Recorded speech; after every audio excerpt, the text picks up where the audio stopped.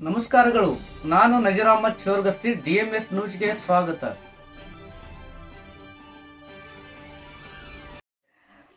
ತಾಳಿಕೋಟೆ ಪಟ್ಟಣದ 76 ದಿನಗಳ ಪ್ರಜಾಸೌಧ ಹೋರಾಟಕ್ಕೆ ತಾತ್ಕಾಲಿಕ ವಿರಾಮ. ಸ್ಥಳ ಬದಲಾವಣೆ ಕುರಿತು ಸರ್ಕಾರಕ್ಕೆ ಜಿಲ್ಲಾ ಅಧಿಕಾರಿಗಳ ಪ್ರಸ್ತಾವನೆ. ಹೋರಾಟಗಾರರ ಪಟ್ಟು ಸಡಿಲ. ತಾಳಿಕೋಟೆ ಪಟ್ಟಣದ ವ್ಯಾಪ್ತಿಯಲ್ಲಿಯೇ ಸರ್ಕಾರಿ ಜಮೀನಿನಲ್ಲಿ ಪ್ರಜಾಸೌಧ ನಿರ್ಮಿಸಬೇಕೆಂದು ಆಗ್ರಹಿಸಿ ಕಳೆದ 76 ದಿನಗಳಿಂದ ನಡೆಯುತ್ತಿದ್ದ ಅನಿರ್ದಿಷ್ಟಾವಧಿ ಧರಣಿ ಸತ್ಯಾಗ್ರಹಕ್ಕೆ ಸೋಮವಾರದಂದು ತಾತ್ಕಾಲಿಕ ವಿರಾಮ ಘೋಷಿಸಲಾಗಿದೆ. ಹೋರಾಟಗಾರರ ಮನವಿಗೆ ಸ್ಪಂದಿಸಿರುವ ಜಿಲ್ಲಾಧಿಕಾರಿಗಳು ಪರ್ಯಾಯ ಸ್ಥಳದ ಕುರಿತು ಸರ್ಕಾರಕ್ಕೆ ಪ್ರಸ್ತಾವನೆ ಸಲ್ಲಿಸಿರುವುದು ಈ ಬೆಳವಣಿಗೆಗೆ ಕಾರಣವಾಗಿದೆ. ದೂರದ ಜಾಗಕ್ಕೆ ಸಾರ್ವಜನಿಕರ ವಿರೋಧ. ಈ ಮೊದಲು ಮೈಲೇಶ್ವರ ಬಳಿ ಪ್ರಜಾಸೌಧ ನಿರ್ಮಾಣಕ್ಕೆ ಆಡಳಿತ ಮಂಡಳಿ ಮುಂದಾಗಿತ್ತು. ಆದರೆ ಈ ಸ್ಥಳವು ಪಟ್ಟಣದಿಂದ ಸುಮಾರು 4-5 ಕಿಲೋಮೀಟರ್ ದೂರದಲ್ಲಿರುವುದರಿಂದ ಸಾರ್ವಜನಿಕರಿಗೆ ತೊಂದರೆಯಾಗುತ್ತದೆ ಎಂಬ ಕಾರಣ ನೀಡಿ ಸ್ಥಳೀಯರು ಹೋರಾಟ ಆರಂಭಿಸಿದ್ರು. ಪಟ್ಟಣದ ಹೃದಯ ಭಾಗದಲ್ಲಿರುವ ಸರ್ಕಾರಿ ವಿಶ್ರಾಂತಿ ಭವನ, ಐಬಿ ಅಥವಾ ಐಸ್ಕಾಂ ಎಚ್ಇಎಸ್ ಕಚೇರಿಯ ಜಾಗವನ್ನ ಪ್ರಜಾಸೌಧಕ್ಕೆ ಬಳಸಿಕೊಳ್ಳಬೇಕೆಂಬುದು ಹೋರಾಟಗಾರರ ಪ್ರಬಲ ಒತ್ತಾಯವಾಗಿತ್ತು. ಜಿಲ್ಲಾಧಿಕಾರಿಗಳ ಮಹತ್ವದ ಕ್ರಮ ಹೋರಾಟದ ತೀವ್ರತೆಯನ್ನ ಪರಿಗಣಿಸಿ ಜಿಲ್ಲಾ ಅಧಿಕಾರಿಗಳು ದಿನಾಂಕ 24/4/2026 ಇಂಧನ ಇಲಾಖೆಯ ಅಪರ ಮುಖ್ಯ ಕಾರ್ಯದರ್ಶಿ ಹಾಗೂ ಲೋಕೋಪಯೋಗಿ ಇಲಾಖೆಯ ಕಾರ್ಯದರ್ಶಿಗಳಿಗೆ ಪತ್ರ ಬರೆದು ಪರ್ಯಾಯ ಸ್ಥಳ ನೀಡಿಕೆಯ ಬಗ್ಗೆ ಪ್ರಸ್ತಾವನೆ ಸಲ್ಲಿಸಿದ್ದಾರೆ. ಈ ಪತ್ರದ ನಕಲು ಪ್ರತಿಗಳನ್ನ ಉಪವಿಭಾಗ ಅಧಿಕಾರಿ ಗುರುನಾಥ್ ದಡ್ಡೆ ಅವರು ಪ್ರತಿಭಟನಾ ಸ್ಥಳಕ್ಕೆ ಭೇಟಿ ನೀಡಿ ಹೋರಾಟಗಾರರಿಗೆ ಹಸ್ತಾಂತರಿಸಿ ಸತ್ಯಾಗ್ರಹ ಕೈಬಿಡುವಂತೆ ಕೋರಿದ್ರು.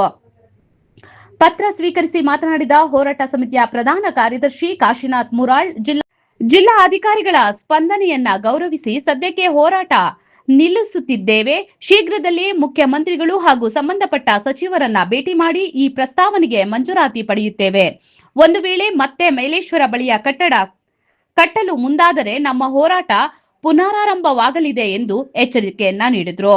ಈ ಸಂದರ್ಭದಲ್ಲಿ DYSP Nandigavi, tahsildar doctor Vinay Hugar, CPI ಹಾಗೂ ಪಿಎಸ್ಐ ಪೊಲೀಸ್ ಸಿಬ್ಬಂದಿ ವರ್ಗದವರು ಹಾಜರಿದ್ದರು. ಹೋರಾಟ ಸಮಿತಿಯ ಅಧ್ಯಕ್ಷ ದಶರಥ್ ಸಿಂಗ್ ಮನ್ಗೋಳಿ, ಮುತ್ತಪ್ಪ ಚಮ್ಲಾಪುರ್, ಕಾಶಿನಾಥ್ ಸಜ್ಜನ್, ಸುರೇಶ್ ಅಜೇರಿ, ಮಹೇಶ್ ಚಲ್ವಾದಿ, ಸಂಜು ಬರ್ದೆನಾಳ್, ಪ್ರಕಾಶ್ ಅಜೇರಿ, ನಾಗೇಶ್ ಕಟ್ಟಿಮನಿ, ಮುದುಕಪ್ಪ ಬಡಗೇರ್, ಮಂಜು ಶೆಟ್ಟಿ, ಗಂಗಾಧರ್, ಕಸ್ತೂರಿ ಸುರೇಶ್, ಪುಲುಸ್ ಮಯೂರ್ ಪಾಟೀಲ್, ಅಮಿತ್ ಮನ್ಗೋಳಿ, ಪ್ರಭುಗೌಡ ಪಾಟೀಲ್, ಬಳಗನೂರು ರಾಮಣ್ಣ, ಕಟ್ಟಿಮನಿ ಪರಶುರಾಮ್, ತಂಗಡಗಿ ಕಳಕೂಸ, ರಂಗರೇಂಜ್, ನಿಂಗನಗೌಡ ದೇಸಾಯಿ, ಸದ್ದಾಂ ಹುಸೇನ್ ಬಿಳಗಿ, ರವಿ ಕಟ್ಟಿಮನಿ, ದಸ್ತಿಗೀರ್ ಕೆಂಬಾವಿ ಸೇರಿದಂತೆ ನೂರಾರು ಹೋರಾಟಗಾರರು ಭಾಗವಹಿಸಿದ್ರು. ವರದಿ ನಜೀರ್ ಚೋರಗಸ್ತಿ, ಡಿಎಂಎಸ್ ನ್ಯೂಸ್, ತಾಳಿಕೋಟೆ, ನಿಮ್ಮದೇ ಧ್ವನಿ. ಮೊಟ್ಟ ಮೊದಲಿಗೆ ತಾಳಿಕೋಟೆ ತಾಲೂಕು ಹೋರಾಟ ಸಮಿತಿಯಿಂದ ಸ್ವಾಗತವನ್ನು ಕೋರ್ತಾ ಇದ್ದೀನಿ. ಬಂಧುಗಳೇ, ಈ ತಾಳಿಕೋಟೆ ತಾಲೂಕು ಹೋರಾಟ ಸಮಿತಿ ಸುಮಾರು 4-5 ತಿಂಗಳಿಂದ ಇದೇನಿದು ಮೈಲೇಶ್ವರ ಹತ್ತಿರ ಪ್ರಜಾಸೌಧ ಕಟ್ಟಡಕ್ಕೆ ಸ್ಥಳ ನಿಗದಿಪಡಿಸಿದ್ದರಿಂದ 4-5 ತಿಂಗಳಿಂದ ದೀರ್ಘಕಾಲ ಈ ಹೋರಾಟವನ್ನ ನಡೀತಾ ಬಂತು. ಇದೀಗ ಈ ಹೋರಾಟದ ಕೊನೆ ಹಂತಕ್ಕೆ ಬಂದು ತಲುಪ್ತಾ ಇದ್ದೀವಿ. ಜಿಲ್ಲಾಧಿಕಾರಿಗಳು ಹಾಗೂ ಜಿಲ್ಲಾಡಳಿತ ನಮಗೊಂದು ಒಂದು ಒಳ್ಳೆಯ ಸಂದೇಶವನ್ನು ಕೊಟ್ಟು ನಾವು ಸರ್ಕಾರಕ್ಕೆ ನೀವು ನಿಗದಿಪಡಿಸಿದಂತ ಸರ್ಕಾರಿ ಜಾಗದಲ್ಲಿಯೇ ಈ ಪ್ರಜಾಸೌಧ ನಿರ್ಮಾಣದ ಸ್ಥಳವನ್ನು ಗುರುತಿ ಸರ್ಕಾರಕ್ಕೆ ಪ್ರಸ್ತಾವನೆ ಸಲ್ಲಿಸಿದ್ದೀವಿ. ಅದಕ್ಕೆ ಈ ಹೋರಾಟವನ್ನ ಮುಂದುವರಿಸಬೇಡಿ ಅಂತ ಹೇಳ್ತಾರೆ ಎಲ್ಲ ಹೋರಾಟಗಾರರಿಗೆ ಮನವಿ ಮಾಡಿಕೊಂಡಾಗ ಎಲ್ಲ ಹಿರಿಯ ಹೋರಾಟಗಾರರು ವಿಚಾರ ಮಾಡಿದಾಗ ಅದಕ್ಕೆ ಈ ರಣಸ್ಥಳಕ್ಕೆ ಆಗಮಿಸಿದ್ದಾರೆ. ಅದಕ್ಕೆ ಪ್ರಾಸ್ತಾವಿಕವಾಗಿ ಈ ಧರಣಿ ಹೋರಾಟದ ಸಮಿತಿಯ ಹೋರಾಟ ಕಾರ್ಯದರ್ಶಿ ಕಾಶಿನಾಥ್ ಮುರಾಳ್ ಅವರು ಹೋರಾಟ ಕೊಟ್ಟು ನಾನು ಮಾತಾಡಂತೆ ಹೇಳ್ಬೇಕಂತೇಳಿ ಅವರನ್ನು ಕೇಳ್ತಾರೆ. ಸಾಹೇಬ್ರಿ, ಬಾಜಾವಳಿ ಡಿವೈಎಸ್ಪಿ ಸಾಹೇಬ್ರಿ, ನಮ್ಮ ತಾಳಿಕೋಟೆ ತಾಲೂಕಿನ ತಹಸೀಲ್ದಾರ್ರಿ, ಪಿಎಸ್ಐ ಮೇಡಮ್ ಅವರೇ, ಹೋರಾಟ ಸಮಿತಿಯ ಅಧ್ಯಕ್ಷರೇ, ಯಾವತ್ತು ಪದಾಧಿಕಾರಿಗಳೇ ಹಾಗೂ ಸದಸ್ಯರೇ, ಪತ್ರಿಕಾ ಈಗಾಗಲೇ ನಾವು ಹೋರಾಟ ಪ್ರಾರಂಭಿಸಿ 76 ದಿನ ಕಳೆದರೂ ಸಹಿತ ನಮ್ಮ ಜನಪ್ರತಿನಿಧಿಗಳು ನಮ್ಮ ಒಂದು ವಿಚಾರಕ್ಕೆ ನೇರವಾಗಿ ಸ್ಪಂದಿಸಲಿಲ್ಲ ಅಂತ ಜಿಲ್ಲಾಧಿಕಾರಿಗಳು ಇವನ್ನ ಸ್ವಯಂ ಮನುಷ್ಯನಾಗಿಕೊಂಡು ನಮ್ಮ ದೇವರಪುರಿ ಮತಕ್ಷೇತ್ರದ ಶಾಸಕರಾದಂತಹ ರಾಜುಗೌಡರ ನೇತೃತ್ವದಲ್ಲಿ ಒಂದು 5-6 ಜನ ನಾವು ಡಿ.ಸಿ. ಸಾಹೇಬರಿಗೆ ಹೋಗಿ ಭೇಟಿಯಾದೆವು.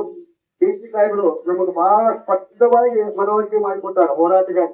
ಹೀಗಾಗಿ ಅವ್ರ ಮಾತಿನ ಒಂದು ಬೆಲೆಯನ್ನು ಕೊಟ್ಟಿದ್ದೇವೆ. ಈಗಾಗಲೇ ಅವರು ಸರ್ಕಾರಕ್ಕೆ 4 ಎಕರೆ 22 ಗುಂಟೆ ಐಡಿಯಾ ಅದ, ಅದರೊಳಗೆ 2 ಎಕರೆ ಕ್ಲಿಯರ್ ಇದಾಗ ಪ್ರಜಾಸ್ವಾಮ್ಯಕ್ಕೆ ಲಭ್ಯ ಪ್ರಸ್ತಾವನೆ ಕಳಿಸ್ತಾರ. ಅಲ್ಲಿ ಸಾರ್ವಜನಿಕರಿಗೆ ಅನುಕೂಲ ಆಗ್ತದೆ ತಿಳಿಸಿದ್ದಾರೆ.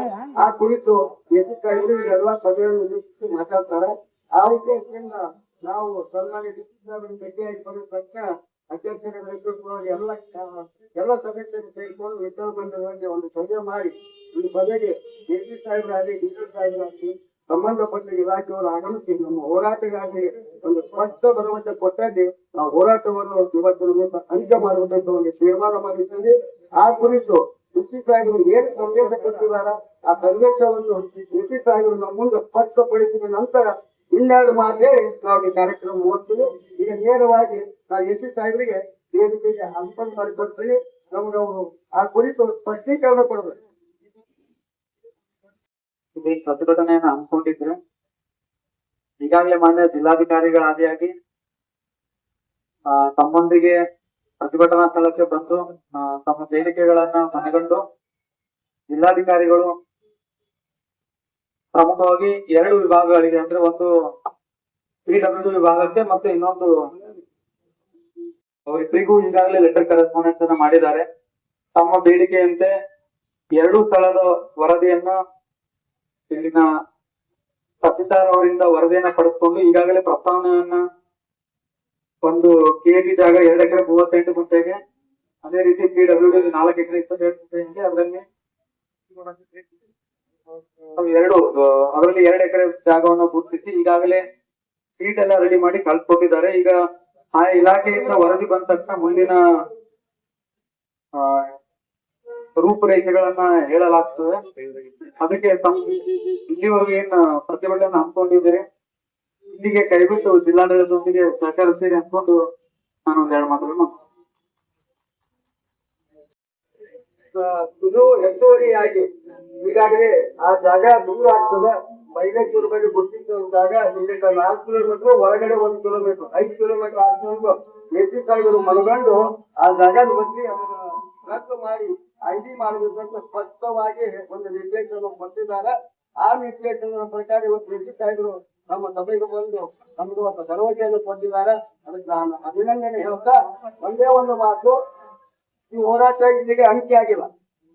ತಾತ್ಕಾಲಿಕವಾಗಿ ಡಿ.ಸಿ. ಸಾಹೇಬರು ತಾಲೂಕು ಆಡಳಿತ ಪೊಲೀಸ್ ಇಲಾಖೆ ನಮ್ಮೊಂದಿಗೆ ಸಹಕಾರ ಕೊಟ್ಟಾರೆ.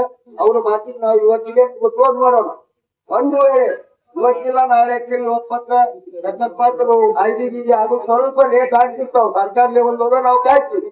ಆ ನಾವು ಕಾಯಿ ಹೊತ್ತೊಳಗ ಏನಾದ್ರು ಒಂದು ಮತ್ತ ಅಲ್ಲಿ ಪ್ರಾರಂಭ ಮಾಡಲು ಸ್ಟಾರ್ಟ್ ಮಾಡಿದ್ರೆ ಈ ಹೋರಾಟ ಮತ್ತೆ ಪ್ರಾರಂಭ ಆಗ್ತದೆ. ನಾ ಎಲ್ಲಾ ಹೋರಾಟಗಾರಿಗೆ ಹೇಳ್ತೀನಿ, ಇದು ಅಂತ್ಯಲ್ಲ, ತಾತ್ಕಾಲಿಕ ಅಂತ್ಯ. ಅದು ಯಾರಿಗಿಲ್ಲ ಅಂದ್ರೆ ಇದು ಅಂತ್ಯ, ಇದು ವಿಸರ್ಜನೆ. ಇದೇ ನಾವು ರಿಜಿಸ್ಟ್ರೇಷನ್ ಮಾಡ್ತಿಲ್ಲ, ಏನು ಕಡ್ಡಾಯ ಅಂತಲ್ಲ. ಅಲ್ಲಿ ಆಯ್ತಿಲ್ಲ ಅವತ್ತಿನ ದಿವಸ ನಾವೇನು ಹೋರಾಟದೊಳಗೆ ಭಾಗವಹಿಸಿದಾರೆ ಅವ್ರೆಲ್ಲರಿಗೆ ಸನ್ಮಾನ ಸಂಸ್ಕಾರ ಅಭಿನಂದನಾ ಸಮಾರಂಭ ಇಟ್ಕೊಟ್ಟಿವಿ. ಅಲ್ಲಿವರೆಗೂ ಯಾವ ಸಮಾರಂಭ ಸನ್ಮಾನ ನಾವು ಮಾಡಲ್ಲ. ಮಾನ್ಯ ಮುಖ್ಯಮಂತ್ರಿಗಳಿಗೆ ಭೇಟಿಯಾಗಿ ಬರ್ತೀವಿ, ಸತೀಶ್ ಜಾರಕಿಹೊಳಿ PW ಸಾಹೇಬರಿಗೆ ಭೇಟಿಯಾಗಿ ಬರ್ತೀವಿ. ಖುಷಿಯಾಗಿ ಹೇಳಿದ್ದಾರೆ ನಾವು ಭೇಟಿಯಾಗಿ ನೀವು ಸರ್ಕಾರ ಮಾಡಿ ನಮ್ಮ ಪ್ರಸ್ತಾವನೆಗೆ ನೋಡಿಸ್ಕೊಂಡು ಕೆಲಸ ಆಗ್ತದೆ ಭರವಸೆ ಕೊಟ್ಟಿದ್ದಾರೆ. ಆ ಪ್ರಕಾರ ATR ಕೊಟ್ಟಿದ್ದಾರೆ. ಅದಕ್ಕೆ ಅಧ್ಯಕ್ಷರ ಅಪ್ಪಣೆ ತಗೊಂಡು ಈ ಧರಣಿ ಸತ್ಯಾಗ್ರಹವನ್ನು ನಾವು ಇಲ್ಲಿ ಅಂತ್ಯಗೊಳಿಸಿದರೆ ದಯವಿಟ್ಟು ತಾರೀಕು ಕೊಟ್ಟು ಹಾಗೂ ಎಲ್ಲ ತಾಲೂಕಿನ ಜನರು ಪೊಲೀಸ್ ಇಲಾಖೆ ತಾಲೂಕಾಡಳಿತ ಮುಂದಿನ ಹೋರಾಟ ಮಾಡಲು ಬಂದ್ರೆ ದಯವಿಟ್ಟು ನಮ್ಮ ಜೊತೆಗೆ ಎಲ್ಲರಿಗೂ ವಿನಂತಿಸಿ ಹೋರಾಟವನ್ನು ಇವತ್ತಿನ ದಿವಸ ಅಂತ್ಯಗೊಳಿಸ್ತೀವಿ. ಜೈ ಹಿಂದ್, ಜೈ ಕರ್ನಾಟಕ.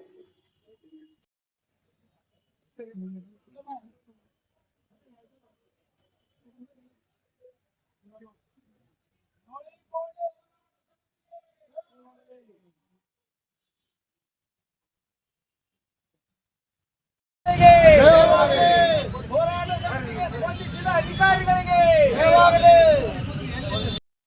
ಮುದುಕುವ ಮೇಡಮ್ ಅವ್ರಿಗೆ ಸತತವಾಗಿ 76 ದಿನಗಳ ಕಾಲ ಸ್ವಲ್ಪ ಸರ್ ಸರ್ ಸರ್ ಬಿಡ್ರಿ ಅಲ್ಲಿ ಶಿವಕುಮಾರ್ ಸಾಹೇಬ್ರು ಅಧಿಕಾರಿ ವರ್ಗದವರು ಬಂದು ವಿಸಿಟ್ ಮಾಡಿದಾಗ ಅವರ ಒಂದು ಕೇಳ್ಕೊಂಡಿದ್ದು ಪ್ರಜಾಸೌಧಕ್ಕೆ ಗುರುತಿಸಿರುವ ಜಾಗ 8 ಕಿಲೋಮೀಟರ್ ದೂರ ಇದೆ.